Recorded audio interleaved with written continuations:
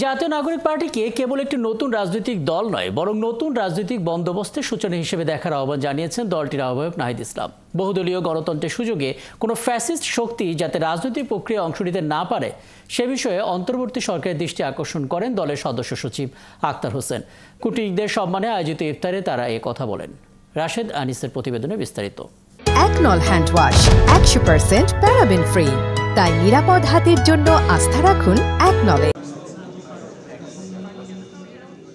সোমবার বিকেলে রাজধানীর একটি 5 তারকা হোটেলে জাতীয় নাগরিক পার্টি আয়োজিত ইফতারে যোগ দেন ঢাকার বিভিন্ন দূতাবাস ও মিশনে কর্মরত কূটনীতিকেরা।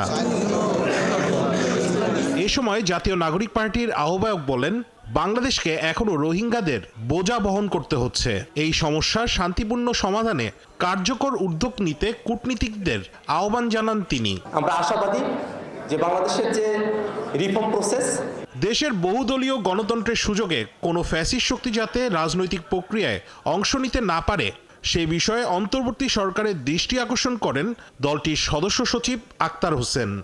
গণতন্ত্র হওয়া দরকার বহুদলীয় গণতন্ত্র, কিন্তু সেই বহুদলীয় গণতন্ত্রে যেন কোনোভাবেই কোনো ফ্যাসিস্ট শক্তি তাদের অংশগ্রহণ করতে না পারে। এই কারণে বিচারিক যে প্রসেসের মধ্য দিয়ে যাওয়া দরকার, অন্তর্বর্তীকালীন সরকার সেই প্রসেস মেনটেন করবে। এনসিপিকে নতুন রাজনৈতিক বন্দোবস্তের সূচনা হিসেবে দেখার আহ্বান জানান নাহিদ। আমরা একটি নতুন বাংলাদেশ ও নতুন রাজনৈতিক বন্দোবস্তের স্বপ্ন দেখছি।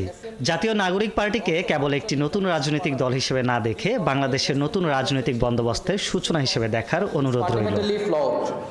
Only through a new constitution can we lay the foundation of a genuinely democratic state. গাজার চলমান গণহত্যার তীব্র নিন্দাও জানান দলটির নেতারা। রাশেদ আনিস, ৭১, ঢাকা।